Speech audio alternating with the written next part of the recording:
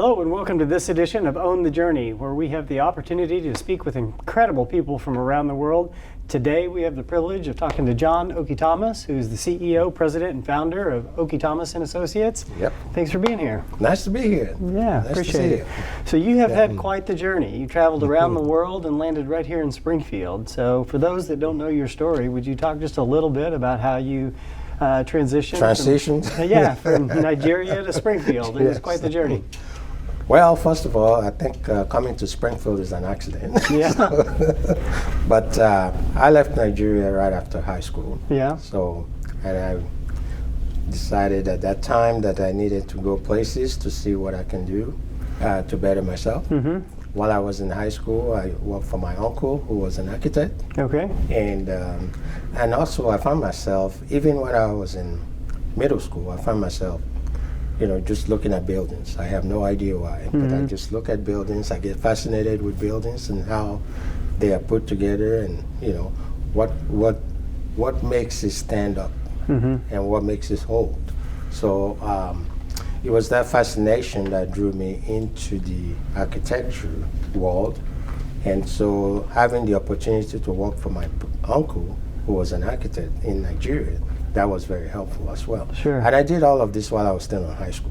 So that was quite an experience. But that said, as you probably know, Nigeria at the time had just a few universities. So no matter how good you are in high school, if you're not the cream of the crop, so to speak, you cannot get in. And that's why most Nigerians get out of Nigeria.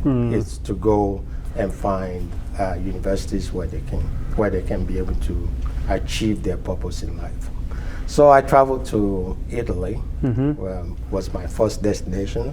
I was in Rome for about 6 months, and right after high school, what can I do? I started playing around. So sure. I was in Italy, and found out I couldn't speak their language. I took Latin when I was in high school, and I thought I knew everything about the language. So when I got to when I got to Italy, I found out that that's not really the way they speak. So I found myself in the background most of the time.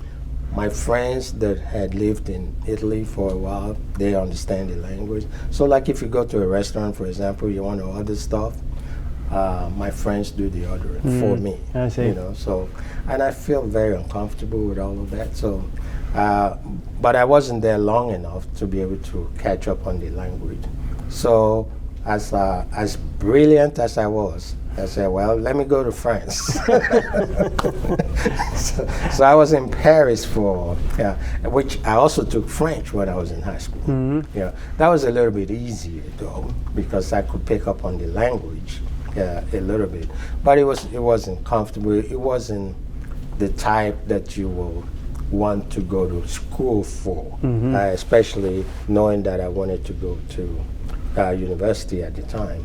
So I stayed in France for about 6 months as well, and then I went back to Nigeria, and then after about 6-7 months, I went to London, where I felt comfortable, because then I could speak the language. For those of you who don't know, Nigeria's official language is English. Okay. So if I want to speak to a Nigerian that does not speak my language, which we have 3 what I would call main languages, which is Igbo, Hausa, and Yoruba.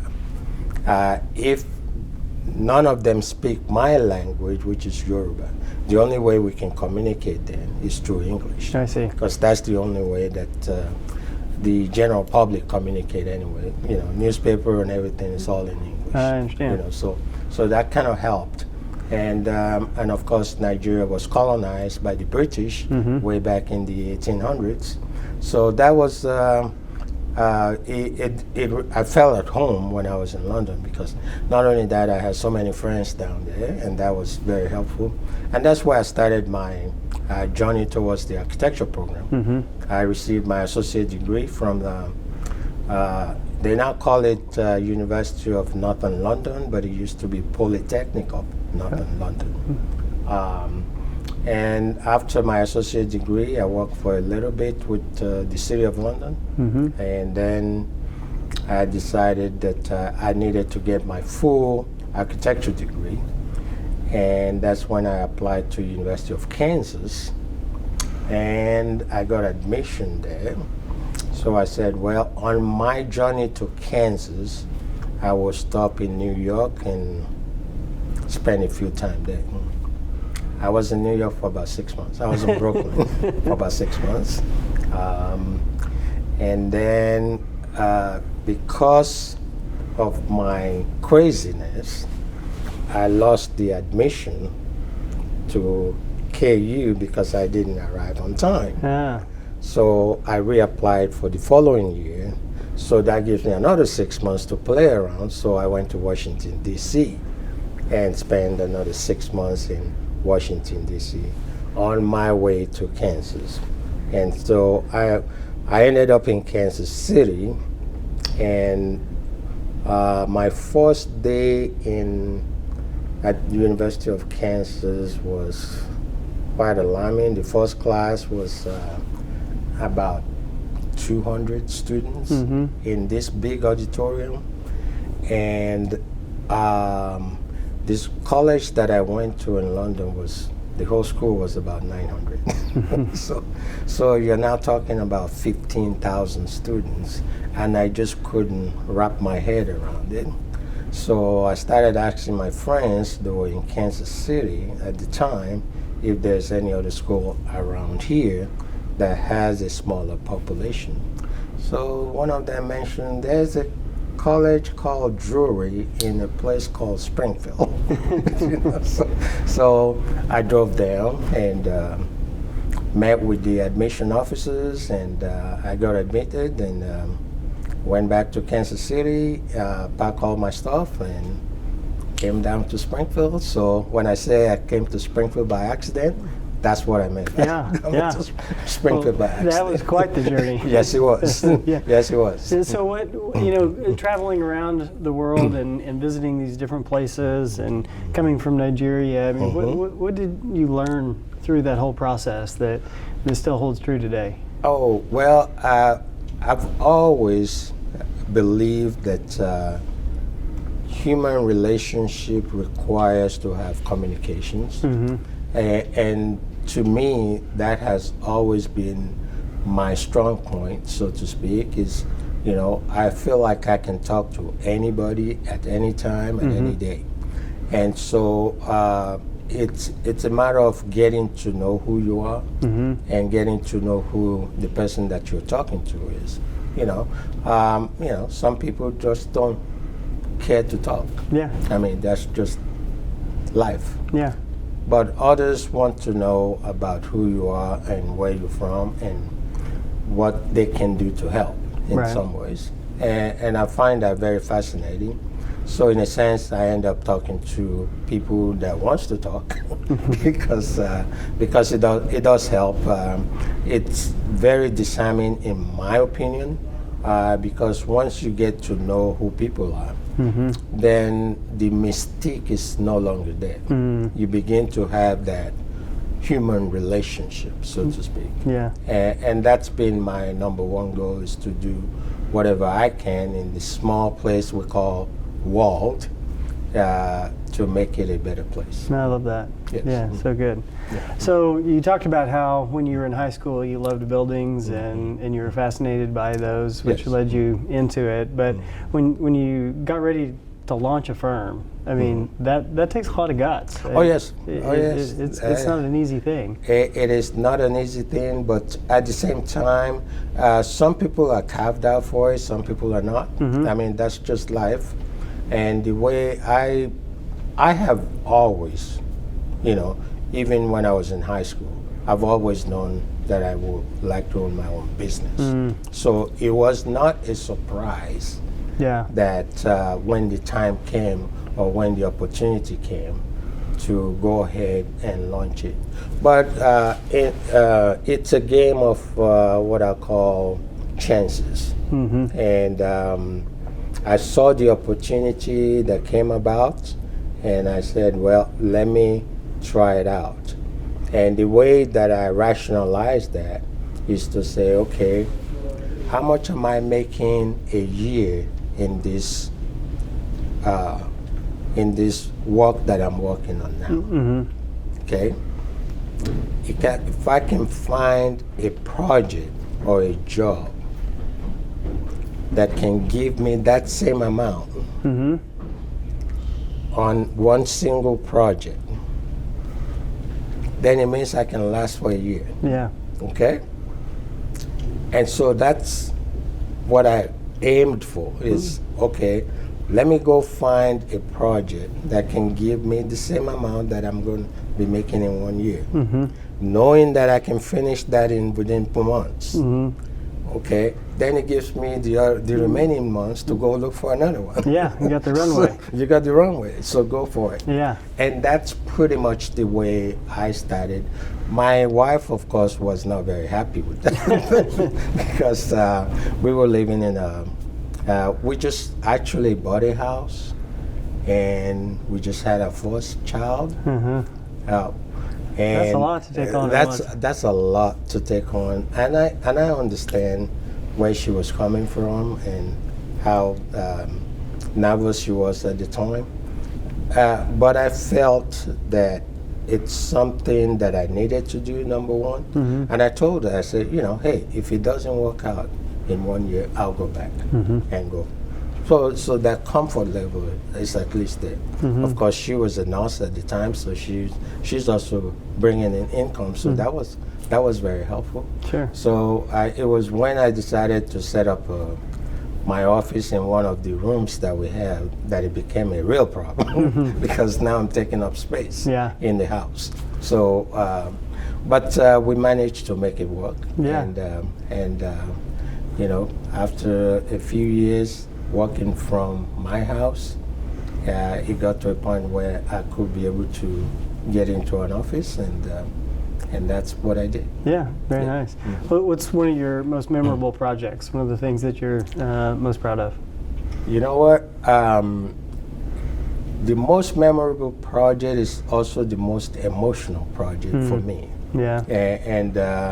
And let me kind of give you a background because some projects that you do, they may be big, they may be, extraordinary in a sense, but you don't have that emotional attachment to it. But this one was one that I felt that this is the reason why I got into architecture in the first place. And this was the historic Washington Avenue Baptist Church. Oh, wow. Okay? It used to be just south of Chestnut and north of the new Shoemaker building it was at the time. It's still Shoemaker building over on Drury campus. Now, Drury bought the land, and their idea was to go ahead and demolish the building, which was the church. It's a historic church that was built back in 1830 something. I forgot exactly when. But and there was an uproar at the time because it was on historic register, and Drury, wanting to build a new science building, decided they were going to demolish the building and then build a new science building. So Dr. Moore, who was the president of Drury at the time, and by the way, I started doing a lot of work for Drury around that time. But the president at the time, Dr. Moore, who was my mentor and really a great all-around guy, I would not be where I am today without him. And I always like to give him that kudos. He approached me at the time. He said, well, what can we do? He said, I got all these people, breathing on my neck about this church. But we have to build a new science building. We've already raised money for it and this and that. So we decided at the time that it probably makes sense for us to move the building to across the street, just north of where it was at the time. And he said, well, if you can find somebody that can do that, that would be great.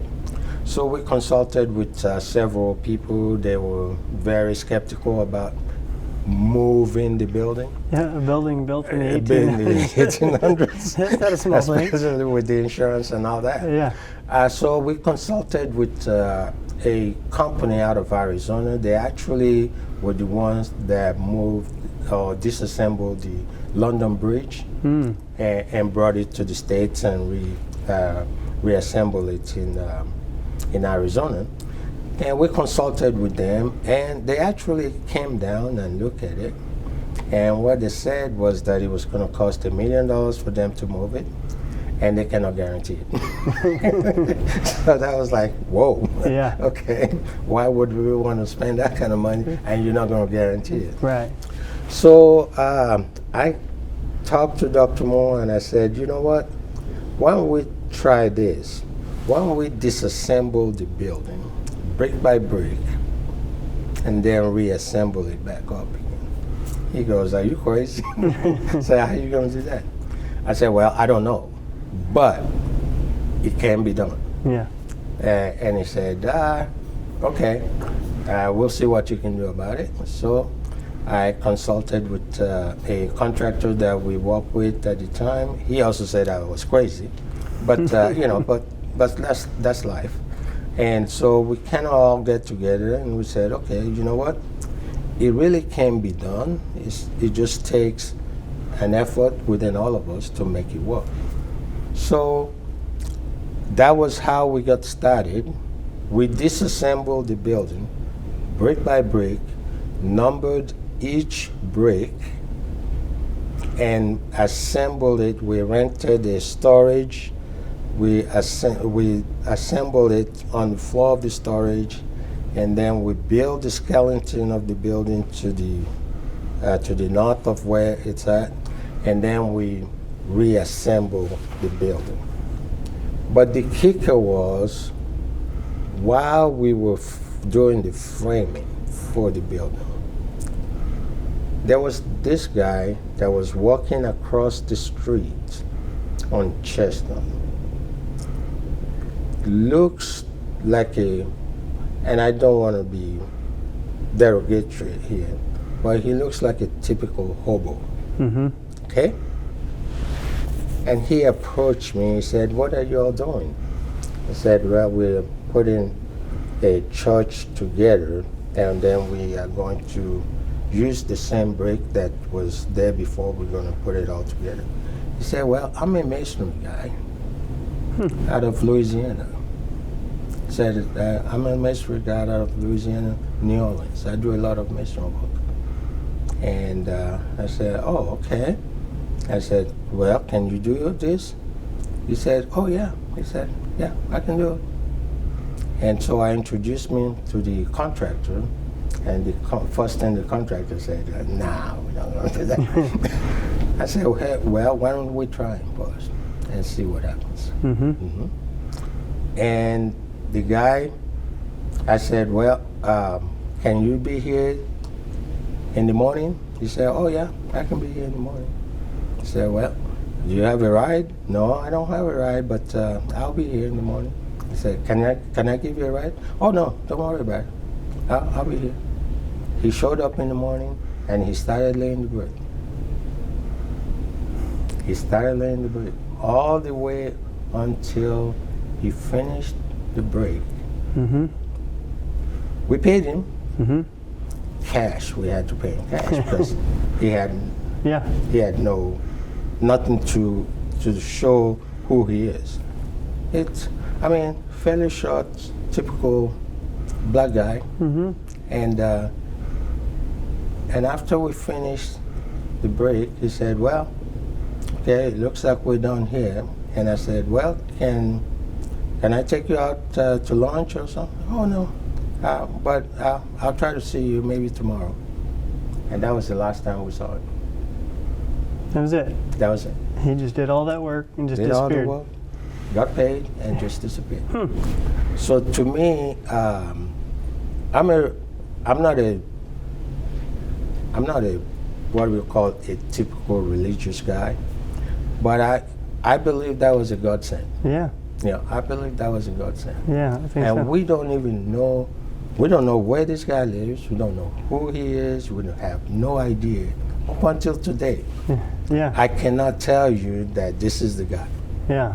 you know. That's amazing. And so to me, when I said it was also an emotional, it was an emotional Wow. project. Yeah. Yeah. That's amazing. So, in all the things that you do, how do you find your vision, your inspiration for new buildings when somebody comes to you with a project? Well, the first thing I tell people is there's nothing new under the sun, so to speak. Everything that needs to be done has already been done. Mm-hmm.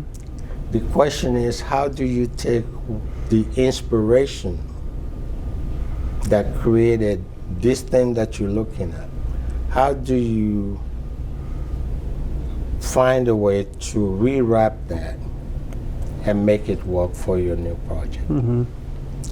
And so, in a sense, what you will find is people go to the library, they go to archives to see what has been done, how it was done, and how they can help to either emphasize or de-emphasize a particular aspect of the project.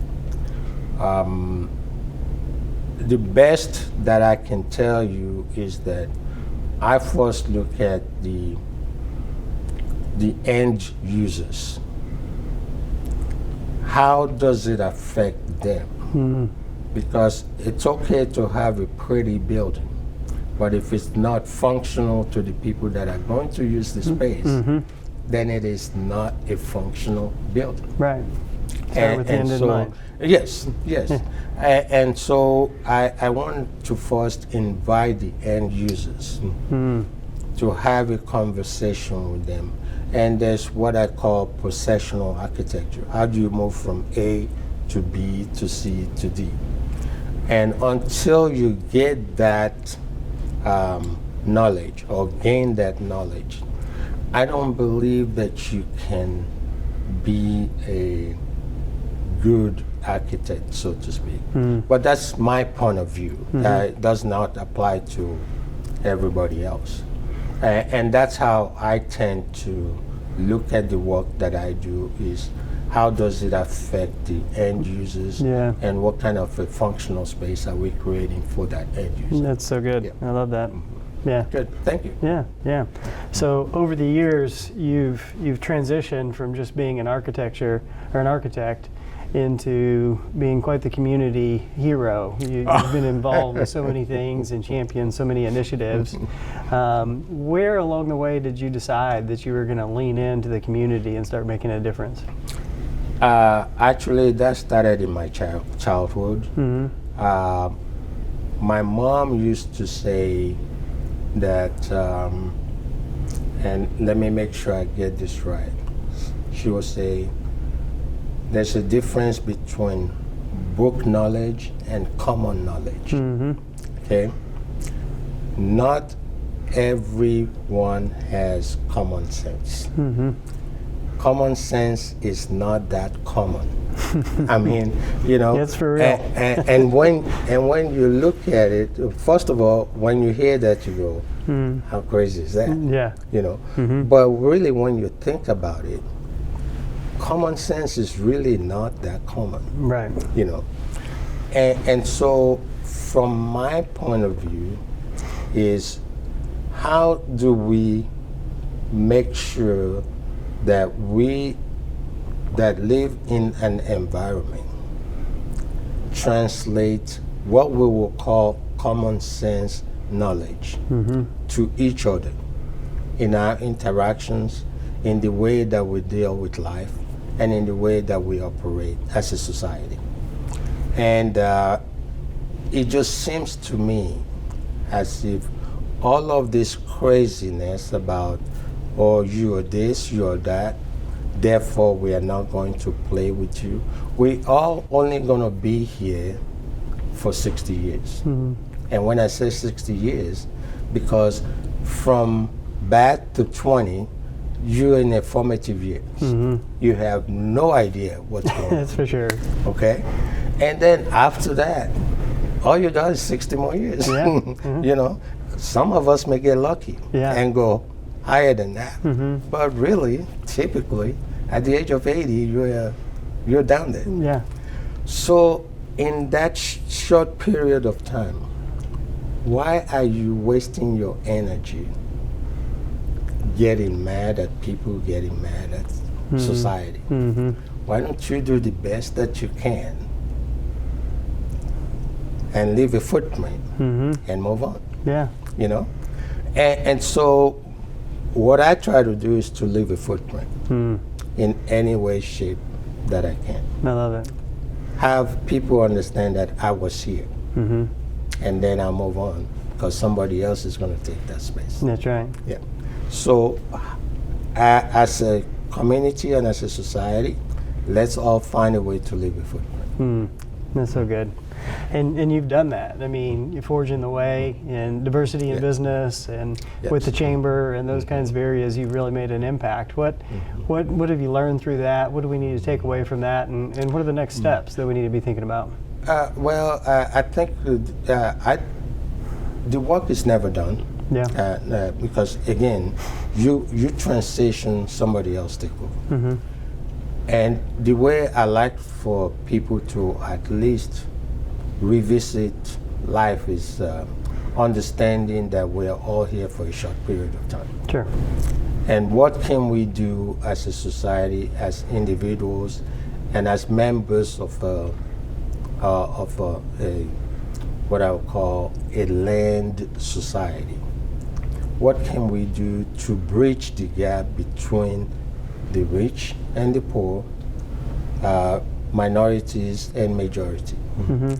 I happen to have lived in a country where I was in a majority before I came here. Nigeria, between 12 and 15% of Nigerians are white. Most people don't know that. Yeah.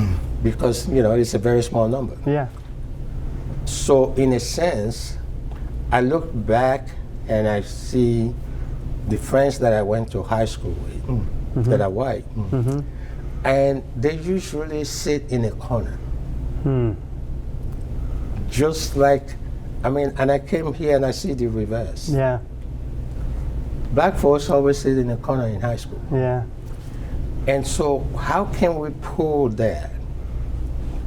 people together so that we can all find a way to blend, so to speak, because we are all members of a single race, which is the human race. The human race, that's right. And we just got to find a way to make it work.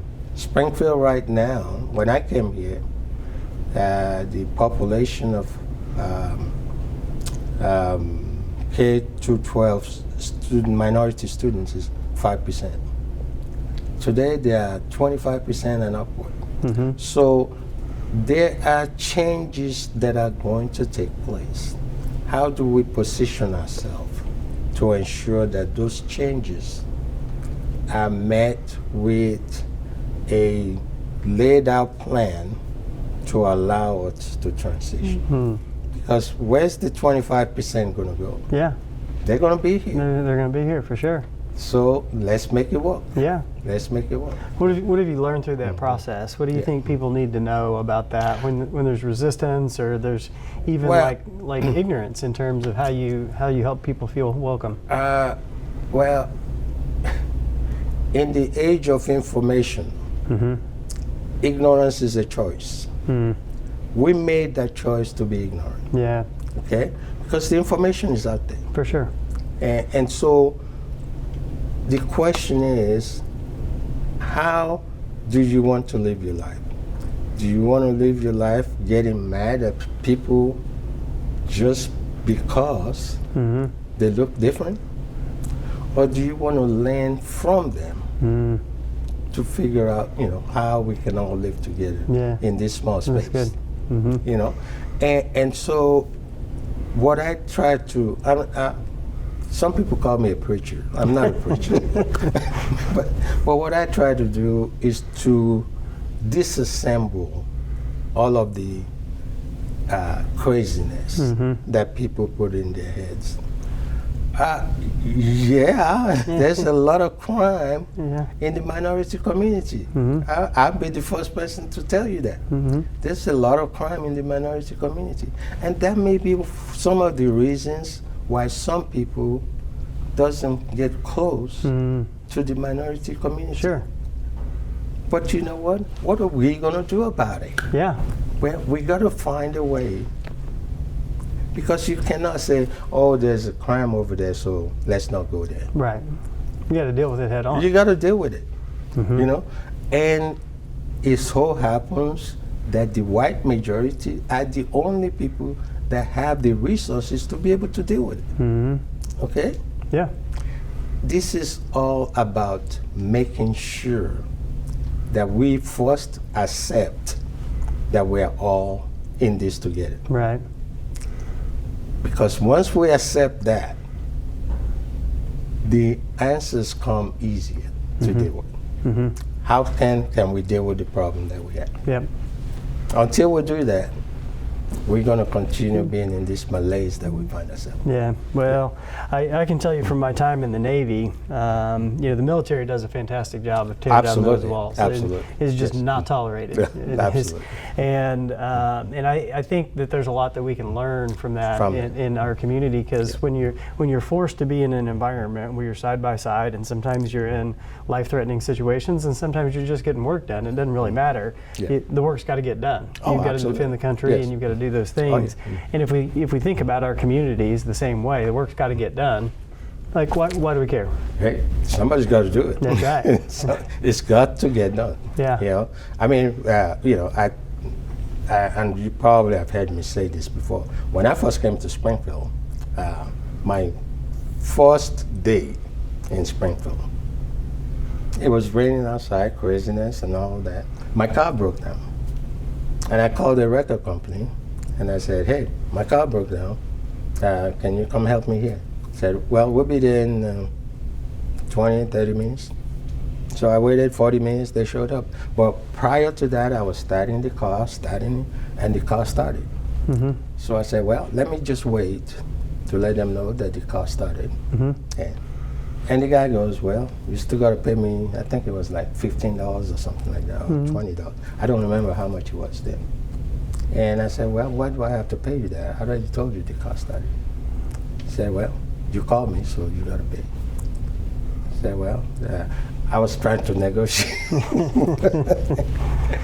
And the guy wouldn't have it at all. Yeah. He went to the back of his truck, brought out this long chain, and he goes, you see that tree over there? He said, if you don't give me my money, you're going to be on that tree there. Whoa. I'm like, okay. Wow.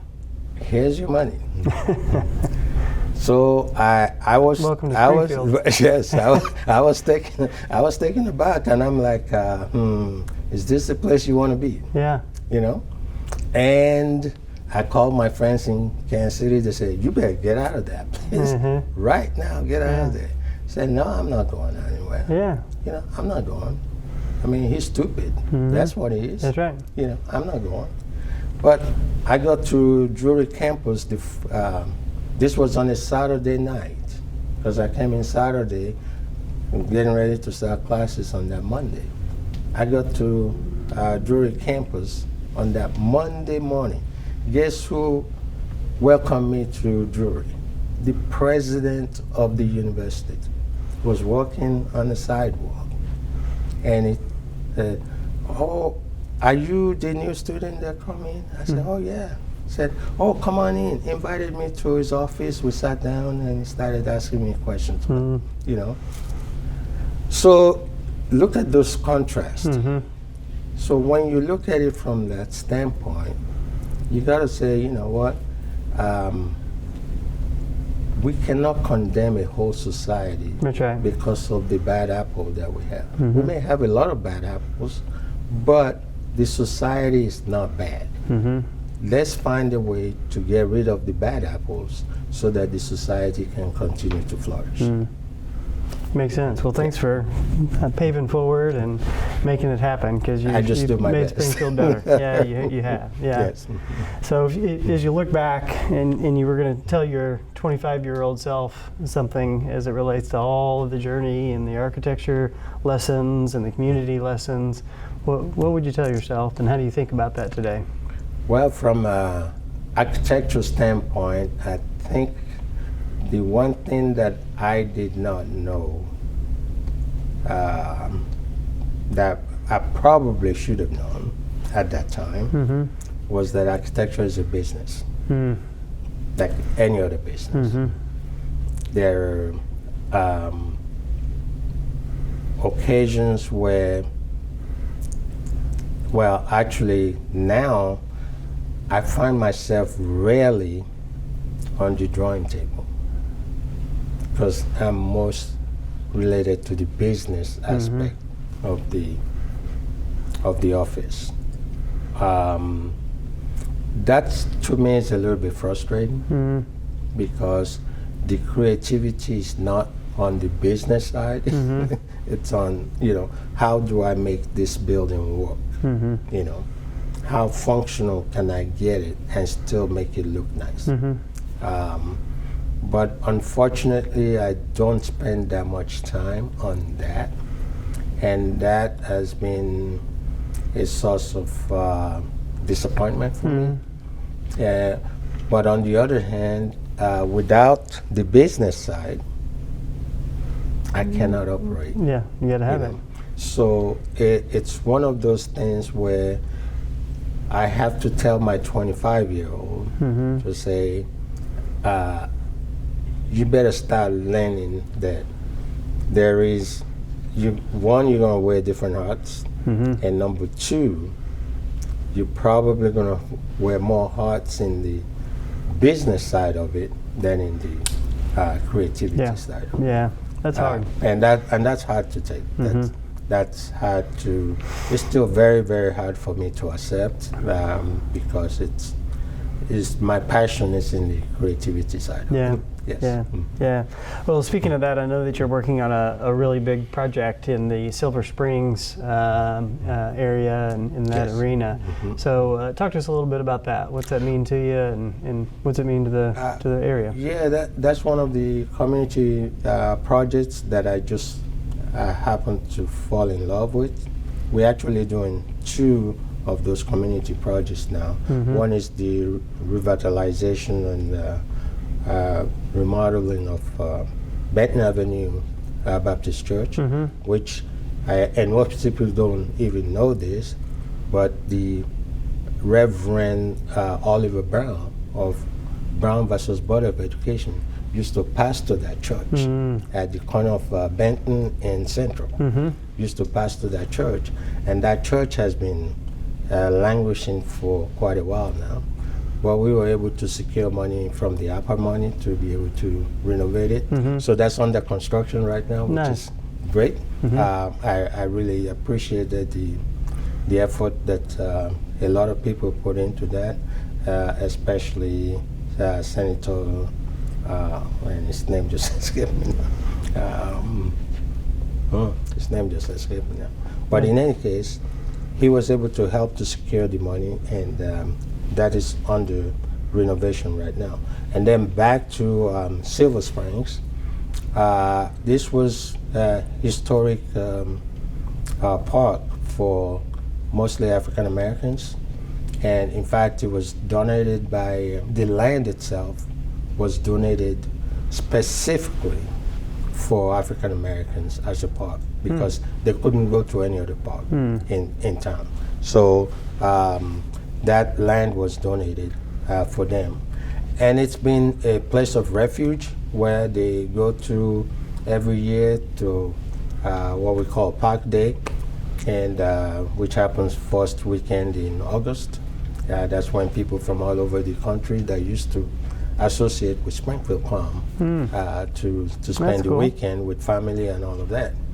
And so one of the pavilions, or the pavilion that is there, has been languishing for a relatively long time. And Greene County commissioners were very generous in providing money to renovate the pavilion, and that what we have done is to renovate the pavilion.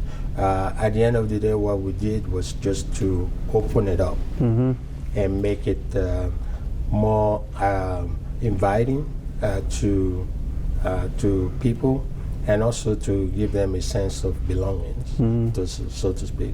So there will be an amphitheater that is located in and around there, where they can show a movie at night, where they can have children come to play. It can be a playhouse, and it can also be a choir assembly area. And that was the goal, and I'm very, very excited that it is now complete. And Park Day is just around the corner. Nice. So it's going to be something that people are going to get to experience. Yeah, get to celebrate that. Yes. Yeah, absolutely. Yeah. Well, when you think back in your journey in working on projects like that, and working on big building projects, what are the fundamentals that you would tell a rising architect today that have persevered through all the years for you? It goes back to the fundamentals. Who are the end users? And are you serving the end users? At the end of the day, it doesn't matter how grandiose the building is. Again, if it's not functional for the end users, then you've lost the purpose, the intent of the whole story, so to speak. Of course, I mean, it has to have some architectural significance to it. I mean, that's just part of being an architect, is to be able to put a marker on a particular space, on a particular building. But that said, I think what I have done and what I continue to teach aspiring architects is to learn about the people that are going to be using the space. Yeah. Spend a little bit more time on processional architecture, from the people that are going to be paying for it to the janitor that is going to be cleaning the space. If you can find a balance between that, then you have created a masterpiece. But if the janitor is saying, there's no way I can clean this building because I have to bring my bucket all the way from one end of the building to the other, have you really provided him the adequacy that he needs in order for him to function? And even though those are minute things, but they matter. That's the essence of having a functional building. Because if you're not doing that, then you have not met your challenge. Well, I think what you're saying translates to so much in business as a whole. I mean, it's know who your customers are and know your customers. Absolutely. And pay attention to those. And if you're not leaning in, then you don't have a functional business. Like they say in real estate, location. That's right. So it's the same. It's the same process. Yeah. I love that. Husband, father, philanthropist, architect, businessman, traveler. Philanthropist? Well, you do a lot of. I try. I do my best. Yeah. Yes. So what's taught you the most over the years? What would have been the big gifts that you've received? Father. It's very, very humbling, and I can attest to that. Now that I'm actually a grandfather, it's been something to behold.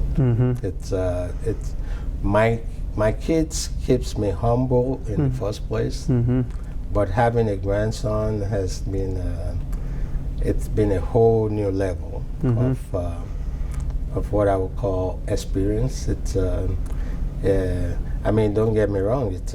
It's always nice when you hand them back to and say, take a nap. Yeah, take Go back home. Yeah. So, but it's been quite a joy. Yeah. And I wouldn't know what life is about without them at this point. Yeah, yes. that's amazing. I love that. Keeping that balance keeps us grounded and keeps us humbled. Yeah. So a couple of kind of quick hit items for you. So what are the books that made the biggest difference in your life? You know what? I have not. It's been a while since I read a book. I know when I say about 6 months ago. But the book that I always go back to is Dreams of My Father by Barack Obama. And that was quite an experience for me because there's some relationship there, even though his father was never around. My dad was around, but he was not around, you know.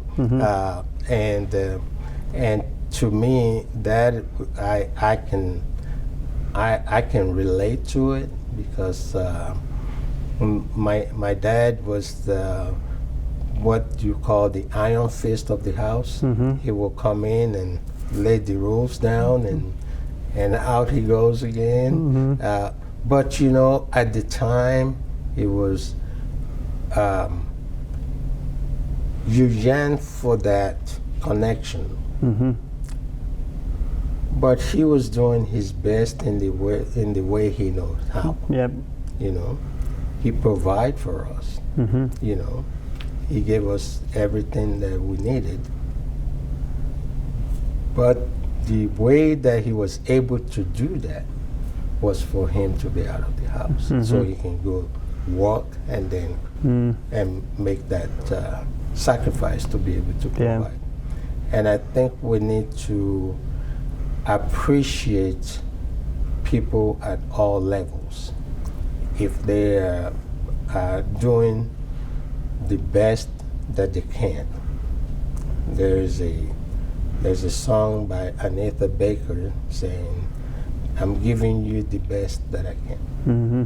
And what I always tell people is, just do your best. Just do your best. That's all we can ask for. That's right. Your best. Yeah. What's the biggest failure that taught you an invaluable life lesson? My biggest failure will definitely have to be not understanding the intricacies of life as it relates to having relationships and making sure that you nurture that relationship. I spend too much time, just like my father was, going out, doing the best that I can so I can provide for the family. But in the process of doing that, sometimes you lose the connection of making sure that your house is also, that you're also contributing to your house. And I was glad that I was able to recognize that and fix the problem, so to speak. So in a sense, I am one that looks now at everything, you know, that work-life balance has to be there. You have to make the sacrifice on both sides in order to keep the family whole. My kids are all grown now. Of course, we are empty nesters now, so which is also a good thing. But people lose. They either lose the business or they lose the house. But you don't try have to. Try not to lose either of them. Yeah, I think that's especially They're both very valuable. Yeah. Yes. Yeah, I think that's extra hard for entrepreneurs. It is very, very hard. As you know, there's no weekends. No. There's no weekends. There is no weekends. It's always a work day. It's always a work day. So, yeah, that's right. Well, if you can have a weekend, how do you like to spend your Sunday? My Sunday now has been to sleep. Yeah, to rest. To rest. Yeah. We've been, that's the one day that my wife and I spend the most time. Good. You know, because we're both busy. I mean, she has a work life, I have mine, and we're both busy, but weekend as a whole has always been there. Even when I have to work weekends, she'll just tag along with me to the office. Oh, that's awesome. And she'll do her own. And while she's working in the office, at least we're there. You know, Yeah. that connection is still Spending there. time. Spending time. Yeah, So, I love it. and I think it is incumbent on us as men to ensure that that connection stays fresh. Yes.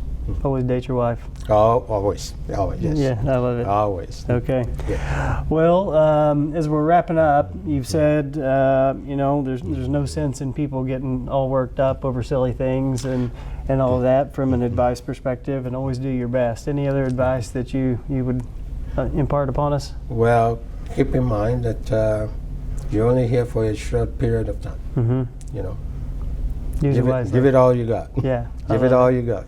All right. Well, John, I want to raise a glass to you. Oh, absolutely. I've been waiting for that. And All right. Congratulations for owning your journey. Thank you. Appreciate it. Thank you very much. Thanks a lot.